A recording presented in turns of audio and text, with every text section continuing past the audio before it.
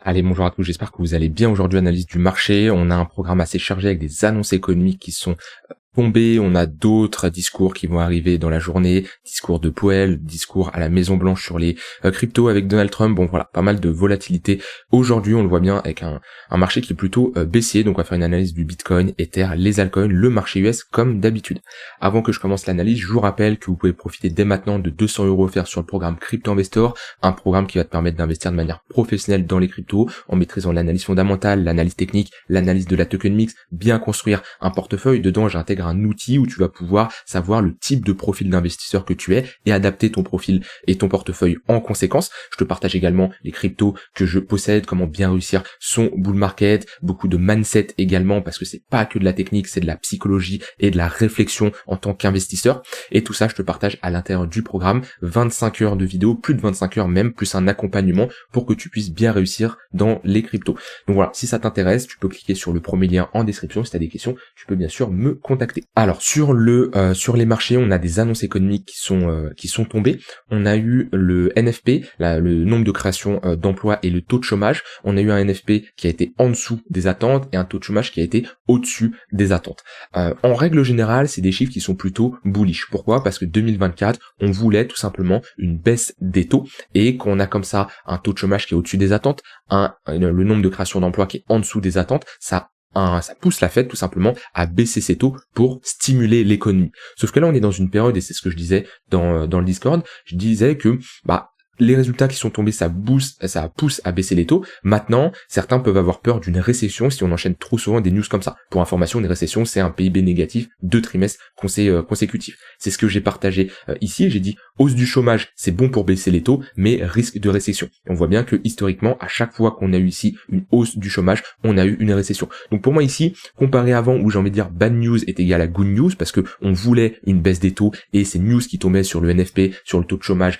ça renforçait la conviction des investisseurs comme quoi on allait avoir une baisse des taux. Actuellement, on est plutôt dans une contradiction où oui, ça peut baisser les taux, mais attention parce que on peut s'approcher d'une récession. Et on voit que le marché ne réagit pas très bien. De toute façon, pour moi, ici, on est dans un marché qui est différent. C'est-à-dire avant qu'on avait des news bullish, ça pumpait, qu'on avait des news neutres, ça pumpait également. Là, on est plutôt dans un scénario où les news bearish, ça s'effondre, les annonces neutres, c'est bearish quand même et ça baisse quand même. Et les annonces bullish, le marché ne fait pas grand-chose. Parce que oui, il y a eu également Donald Trump qui a parlé de la réserve aux États-Unis, sauf que ici, si je retrouve le tweet, la réserve sera alimentée par les BTC saisis lors de procédures judiciaires et ne coûtera rien au contribuable. Donc on s'attendait à les États-Unis qu'ils allaient acheter massivement du Bitcoin. Ça pour moi c'est une annonce qui est bearish. Beaucoup l'ont vu comme une annonce bullish, ça y est, la réserve est validée, qu'il y a un décret officiel, sauf qu'on parle de réserve qui sera alimentée par les BTC saisis lors de procédures judiciaires. C'est loin de ce qu'on parlait d'achat massif. Donc on voit que, pour moi, je reste quand même prudent sur les marchés. Déjà, je l'ai beaucoup dit d'un point de vue technique, je restais prudent. Ici, j'ai des annonces qui vont dans le sens de mon choix. On verra ce qui va être dit dans le reste de la journée, parce que, pareil, un autre tweet que je peux vous montrer. Voilà, on voit qu'à 18h30, on a discours de Jérôme Powell, 19h30, Donald Trump. On a ensuite discours de Donald Trump lors du sommet, le discours sur les cryptos. Une fin de soirée qui risque d'être volatile, selon moi. Maintenant, mon biais ne change pas. On voit qu'on reste sur un range pour le moment, un petit range, là, une sorte de compression. Et je reste à l'écart du marché. À l'écart du marché, ça veut dire que j'ai toujours du Bitcoin, j'ai toujours de l'Ether, j'ai toujours un montant qui investit dans les cryptos, mais je l'ai fortement réduit le temps de retrouver des convictions. Des convictions, ça va être des annonces qui vont être encourageantes, et ça va être surtout des confirmations techniques qui vont aller dans le sens de mon biais. Pour le moment, j'ai un biais bearish. On voit que la technique est bearish, les annonces qui tombent sont bearish. Je ne vois pas pourquoi je devrais me positionner actuellement. Je préfère limite rentrer peut-être plus haut, mais avoir de plus de conviction dans mes entrées. Ce qui n'est pas le cas actuellement. Pour moi, on est dans un range et je préfère garder mon cash. Donc ça, c'était plutôt pour la partie fonda, annonces et chiffres qui sont tombés. Maintenant, si je regarde d'un point de vue technique, on reste baissier. Et on voit qu'on se fait toujours rejeter dans le tunnel 4 heures. Le tunnel 4 heures fait toujours office de résistance. On n'arrive pas à repasser au-dessus de ce gros bloc entre les 91 500, 93, 94 000 $. Là, on a ici un gros niveau. Et clairement, sur du long terme, c'est un niveau décisif. Tant qu'on n'arrive pas à repasser au-dessus, je préfère garder un biais bearish et m'attendre à potentiellement aller plus bas. En tout cas, moi, c'est comme ça que je le vois et c'est comme ça que je vais surveiller. C'est déjà ce que je fais ces derniers jours. Je n'ai pas spécialement de position longue qui s'enclenche, à part sur Ether. Je l'ai d'ailleurs clôturé, je vais vous le montrer juste après. Mais voilà, pour le moment, je reste prudent avec toujours des ordres d'achat qui sont prêts en dessous à être exécutés. Et il y en a qui, il y a eu beaucoup de réactions bullish suite à la réserve stratégique, mais moi, le marché, pour moi, il a pricé cette réserve à la hausse à un moment. Les gens se sont rendus compte que ça allait mettre beaucoup plus de temps que prévu, que au final ce fameux décret n'allait pas être signé aussi rapidement qu'on le pensait. Au final, on a ici un décret qui est signé, mais qui n'est pas ce qui était attendu par la majorité des investisseurs. Alors pour le moment, on n'a pas encore repricé tout à la baisse l'élection de Donald Trump, puisque on voit que on a eu une élection de Donald Trump qui s'est fait à ce niveau-là. Donc on n'a pas tout repricé à la baisse, mais ça me surprendrait pas en tout cas dans les prochaines semaines, peut-être prochains mois, on va peut-être rentrer dans un plus gros range, mais de potentiellement revenir chercher les 72 000 $.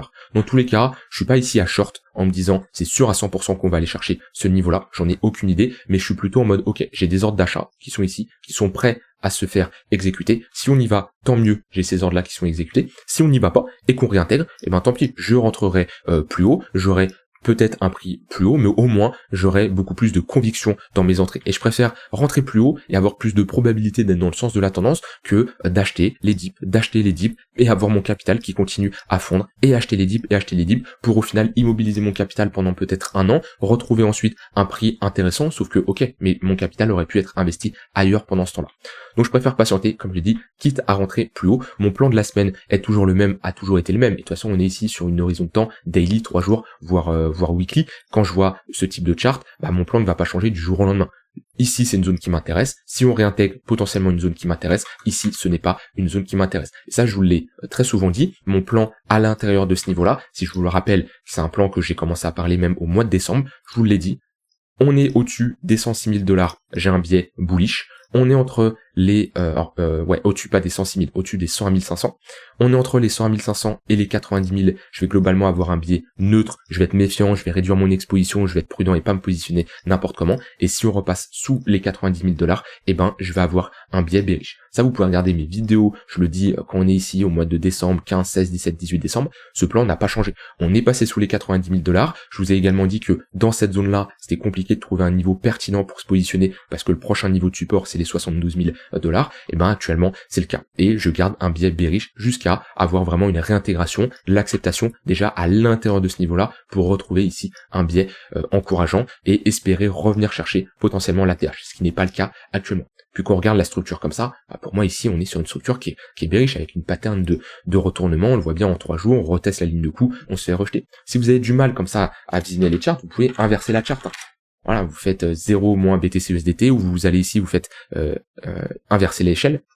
Et on voit bien que, est-ce que ça, moi quand je regarde, est-ce que ça c'est potentiellement des patterns de retournement? Oui, ici on a pour la première fois un creux et des sommets de plus en plus haut. Ça c'est une phase de latéralisation, break par le haut, pullback, rejet. Pour moi ça c'est un bottom qui peut être posé. Donc si c'est un bottom, je viens d'inverser la charte, vous en doutez, et ben c'est tout simplement un top de marché. Et ça peut tout simplement vous permettre de gommer certains biais. On le voit bien, pareil, qu'on était sur le bottom, voilà. Quand on a comme ça des phases de latéralisation, on break par le bas, on pull back, c'est quelque chose qui est bearish. Donc inversement ici de la charte, automatiquement c'est quelque chose qui est bullish. Donc voilà, je reste prudent. Je sais qu'il y en a qui ont énormément du mal à l'accepter. Et attention, quand je dis l'accepter, je dis pas que j'ai raison, je dis pas que c'est sûr que ça va aller à 70 000 $, mais de manière générale, je vois beaucoup de gens qui ont du mal à accepter que le marché peut être baissier.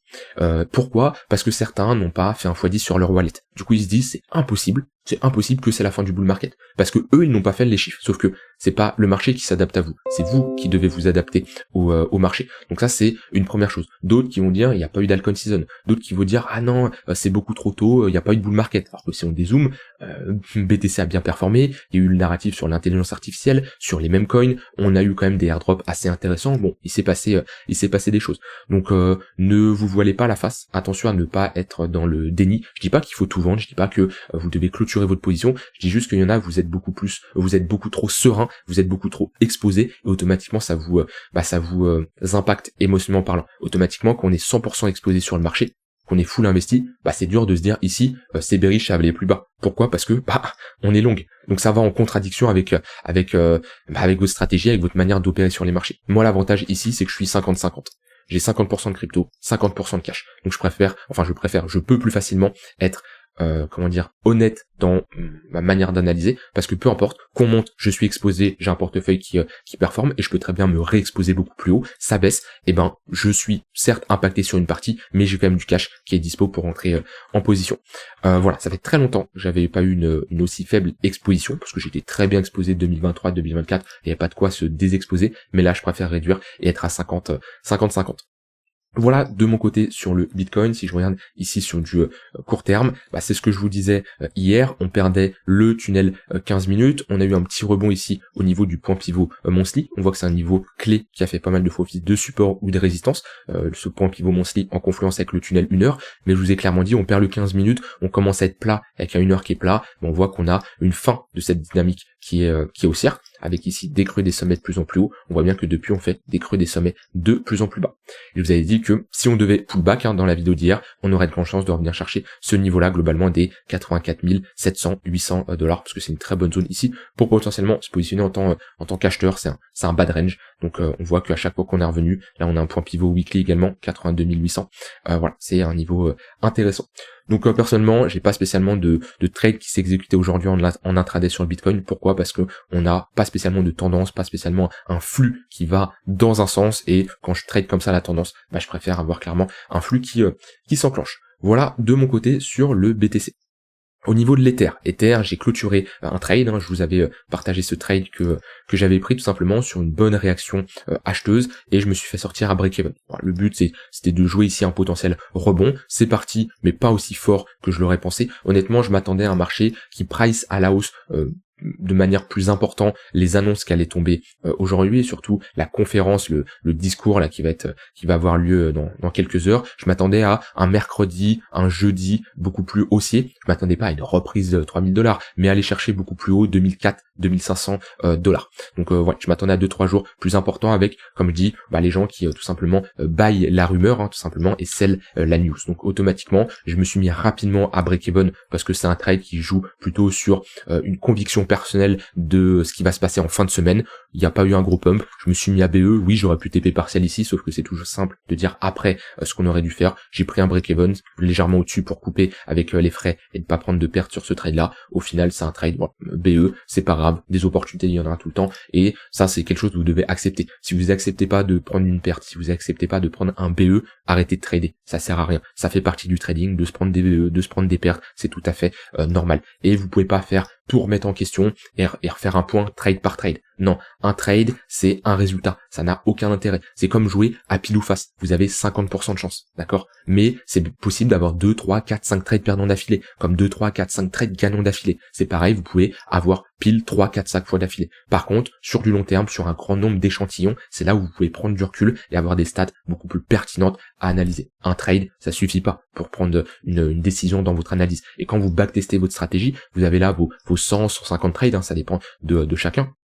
Et vous avez énormément de stats. Vous avez le temps de votre trade, vous avez les dates, vous avez l'actif, vous avez la side, est-ce que vous êtes long ou est-ce que vous êtes short. Vous avez plein de data comme ça, plein de data. Quels sont le setup, quels sont les actifs, quels sont la période de temps, sur quelle session vous avez ouvert vos trades, etc., etc. Et ça, ce qui vous permet que après 100 trades, vous pouvez prendre du recul. Et vous allez peut-être constater que très bien, vous avez de meilleurs résultats quand vous tradez uniquement le Bitcoin. Vous avez de meilleurs résultats quand vous tradez uniquement le matin. Vous avez de meilleurs résultats quand vous ne tradez pas le vendredi, et j'en passe. Et ça vous permet d'affiner votre stratégie, de la peaufiner et d'avoir une stratégie qui est tout simplement meilleure. C'est comme ça qu'on améliore une stratégie. On teste, on voit ce qui va pas, on améliore et on reteste avec les nouvelles choses qu'on a implémentées. À savoir que dans une stratégie, je parle là d'un setup 100% automatique, c'est-à-dire des règles que vous allez suivre. À partir du moment où vous enlevez une règle, où vous ajoutez une règle, tout le setup est modifié et toutes les stats du setup sont totalement modifiées. Ça c'est un point important, mais qu'il faut prendre en compte. Des fois il y en a qui ajoutent une règle dans leur setup, ça bouleverse tout et ils se rendent pas spécialement compte. Maintenant, si je commence à analyser Ether, globalement, on reste sur un bas de range, donc plutôt une zone où on va chercher des achats. Moi, comme je dis, je me suis positionné, mais la réaction acheteuse a été trop timide. Si on a une nouvelle réaction acheteuse, ça peut être ici par à nouveau une prise de l'eau, réintégration, je peux me repositionner en tant qu'acheteur. Si on a ici une structure de retournement, je peux également me positionner en tant qu'acheteur. Mais ouais, on est sur un niveau de support, il manque un peu plus de volonté au niveau des acheteurs, ça reste beaucoup trop timide. Après, j'ai une zone là entre les 1900 1600 qui m'intéresse pour commencer à me repositionner sur de l'investissement spot sur Ethereum. Voilà au niveau d'Ether. Ensuite, si je regarde, on va rapidement faire le marché US, après on parlera de certaines altcoins. Marché US qui est toujours baissier, un marché US qui est moche, faut le dire. Et déjà, j'en parlais depuis un moment, c'est à quel moment j'ai commencé à parler du potentiel break des cryptos du niveau des 90 000 $, que j'ai pris un short sur Bitcoin et j'en passe. C'était quand on était ici sur un ATH potentiel, mais au final un ATH c'est jusqu'à preuve du contraire, tant qu'on ne fait pas un nouvel ATH, c'est une résistance. Et là on a rejeté et ça. Il y a tout un contexte, après un contexte économique, un contexte des news qui tombent, tout, un sentiment de marché, et surtout une intuition. Et l'intuition, souvent on peut dire oui, l'intuition, c'est un peu jouer au loto, parce que t'as une chance sur deux ou un truc comme ça. Moi, l'intuition, je vois comme, on va dire, comme le subconscient, ou quelque chose qui, avec l'expérience qu'on a emmagasiné, toutes les news qui tombent, et on se rend compte que ça pue, sans vraiment s'en rendre compte directement, mais voilà, c'est l'intuition. Et c'est pour ça que quand on était ici en comparaison à ce niveau-là sur le Bitcoin, ici, j'ai commencé à dire ouais, ça pue, je préfère être méfiant, j'avais pris un short, je vous l'avais montré, et le S&P corrige. Et ce qui fait peur, c'est que le S&P n'a pas corrigé, le Nasdaq n'a pas corrigé. Le S&P et le Nasdaq viennent tout juste de sortir de leur range. C'est-à-dire que là, on vient de sortir d'une phase de latéralisation. On n'est pas rentré dans une tendance baissière. Et là, on commence tout juste à y rentrer. Si je dézoome, on est haut. Et le Nasdaq, le S&P ont encore un bon chemin potentiellement s'ils veulent retracer. Je dis pas qu'on va aller aussi bas, je dis juste que si on a un retracement à du moins 15, moins 20%, on peut aller plus bas. Et là c'est une semaine bien baissière sur le S&P, moins 4, moins 5%, c'est assez rare des journées aussi baissières. Moins 6 ici, mais globalement c'est assez rare. Si je mets un Fibo, vous voyez, on est loin du premier arrêt. Premier arrêt c'est les 5100 $. On est très loin. Ça sera d'ailleurs une première zone intéressante pour se positionner. Et si on revient plus bas, pour par exemple des investisseurs long terme, il y en a qui font du DCA sur le S&P chaque mois, ça peut être une stratégie comme une autre. Vous pouvez faire du DCA, on va dire intelligent, c'est-à-dire que vous avez une somme fixe que vous mettez dans le S&P chaque mois, mais vous avez une somme qui est beaucoup plus importante quand il est en train de corriger. Et notamment, moi il y a un palier, c'est le palier des moins 20%. Le palier des moins 20%, c'est souvent un niveau intéressant pour se positionner parce que la finance traditionnelle les investisseurs estiment que un bear market commence quand on a pris un moins 20%. Donc pour eux, on est en bear market dès que le marché fait un moins 20%. Sauf que c'est souvent, ici, j'ai envie de dire qu'il y a un biais, on pose souvent des tops après un moins 20%. Vous voyez, c'est pas on fait un moins 20%, on rentre en bear market et tout se casse la gueule. Non, c'est on fait un moins 20% et souvent on pose un top. Sauf que c'est un bottom, pardon. Sauf que c'est classique, les gens se positionnent quand tout le monde crée au bear market. Ils se positionnent pas en tant que acheteurs, ils se positionnent pour sortir de leur position. Sauf que c'est trop tard et c'est là quand c'est à ce moment-là que les grosses institutions rentrent en position. Donc moins 20%, gardez à l'esprit que c'est un premier palier intéressant pour commencer à rentrer en position sur du long terme. Vous voyez, il y a crash Covid ici. Pareil, moins 20%, on n'y est pas resté longtemps, on va dire c'est une anomalie, c'est assez rare. Là, on a eu un pile poil, un moins 20%, on a posé un bottom. Vous voyez que, en général, partez du principe que, à partir d'un moins 20%, ça redevient intéressant pour se positionner sur le SP500. Donc voilà, gardez à l'esprit que, on est actuellement dans le tunnel daily. Si on le perd, rendez-vous tunnel ici, 3 jours. Mais moi, je vois des patterns de retournement ici. Je vois des structures de top. On le voit bien ici, avec ce M-top qui s'est mis en place. Et pareil sur le Nasdaq. Hop, M-top qui s'est mis en place. Donc là, on peut revenir, voilà, je l'ai tracé, 16004, un bon niveau, au pullback du précédent ATH. Là, on a posé une structure de retournement, ce qui laisse de la marge, quand même. Donc voilà, prenez en compte que, d'un point de vue technique, le marché US est pas terrible. Et, vu que on a quand même une corrélation entre le Bitcoin et le marché US, on peut pas le nier, Si je prends le Nasdaq, et je mets le BTC à côté, j'efface tout, hop, on voit bien qu'on a une corrélation quand même. C'est-à-dire que quand on a un Nasdaq qui chute, on a des cryptos et surtout le Bitcoin qui chute. On voit bien que Nasdaq pose son top, on a un BTC qui rentre en bear market. Et à quel moment le Bitcoin a posé un bottom? Quand le Nasdaq, quand je dis le Nasdaq, la finance traditionnelle aux États-Unis a posé un bottom. Bonne tendance haussière. On voit bien qu'on a des phases de latéralisation sur le Nasdaq. Pareil, on latéralise. Quand il repart, on repart. Quand il chute, on chute. On voit quand même qu'on a une corrélation. Alors, c'est pas une corrélation à 100%, mais on a quand même une corrélation qui est à prendre en compte. Donc ça, c'est quelque chose que vous devez prendre en compte dans votre analyse. C'est que c'est pour ça que je me méfie des cryptos. Pourquoi je me méfie actuellement des cryptos et j'ai plutôt un biais qui est méfiant bearish, parce qu'on a aussi une finance traditionnelle qui ne se porte pas très bien. Peut-être qu'elle va le supporter bien dans le futur. À l'instant T, je préfère être prudent de mon côté. Donc voilà, vous avez globalement mon plan pour la suite. Au niveau des altcoins, on m'a demandé d'analyser une crypto. Je la fais de tête, je l'ai pas noté. Ouais, il me semble que c'est celle-ci. COW, je sais pas si j'ai plus d'historique. On va regarder ça. Crypto, ouais, j'ai plus d'historique. Oula, ça m'a l'air d'être faiblement capitalisé déjà. Ça me parle pas. 297. Ok, faible market cap. Ok. On a une FDV de 293 millions. Donc là, on voit que tout le supply n'est pas en circulation. Ça, c'est quelque chose à prendre en compte. Tout le supply n'est pas en circulation. Donc ça peut être une pression baissière en plus, parce qu'on va débloquer des jetons. En fait, les jetons, ce qu'il faut comprendre, c'est que quand on lance un projet, en général, le projet ne met pas toute la supply en circulation. Il va y avoir de la supply qui va être bloquée dans des smart contracts, puisqu'on va avoir des investisseurs privés, on va avoir l'équipe, la fondation, qui vont bénéficier de certains tokens à des prix extrêmement faibles, beaucoup plus faibles que les prix de lancement. Et du coup, automatiquement, ils vont les mettre dans des smart contracts qui vont être bloqués pendant une période pour pas que les investisseurs privés, la team, dumpent leurs tokens directement et niquent tout simplement le projet. Et on va avoir une phase de déblocage qui peut être des fois linéaire, qui peut être des fois en escalier, comme ça, par palier. Il y a plusieurs manières de débloquer les jetons, mais ça peut être une pression vendeuse tout le long des déblocages, parce que mettez-vous à la place de certains investisseurs qui vont profiter d'un prix extrêmement faible. Automatiquement, si on est à x10, x15, x100, x300, même plus des fois pour certains projets, ils vont automatiquement prendre leur profit. Et ça peut être une pression baissière sur le prix. Après, voilà, là j'ai déjà vu des FDV beaucoup plus importantes, des projets qui ont que 10-15% de la circulating supply qui est libérée. Là, on est sur 41%. Voilà, il y a des projets qui sont à 5, 10, 15, 20. Automatiquement, lorsque toute la supply est libérée, c'est beaucoup plus intéressant et il y a beaucoup moins de risques. Après, il y a d'autres paramètres à prendre en compte, mais c'est un élément important. Maintenant, comme ça, quand je regarde la charte, bon, on est ici sur un top de marché. Bon, on le voit, si je me mets, on a notre M-top ici, une autre structure de retournement qui est assez visible. On perd le 4 heures, on passe sous les moyennes mobiles. On a des moyennes mobiles qui sont ici orientées à la baisse. Et personnellement, sur ce genre de crypto à faible market cap, c'est compliqué de se positionner comme je pourrais le faire sur Bitcoin, sur Ether, c'est-à-dire beaucoup plus agressif, c'est-à-dire avec des ordres d'achat qui sont en attente d'être exécutés, parce qu'il y a peu de chances sur le Bitcoin qu'on fasse ça et qu'on prenne un moins 50% dans une journée, très peu probable, comparé à ce genre de crypto où quelques semaines, quelques jours, voilà, on est déjà sur un moins 77%.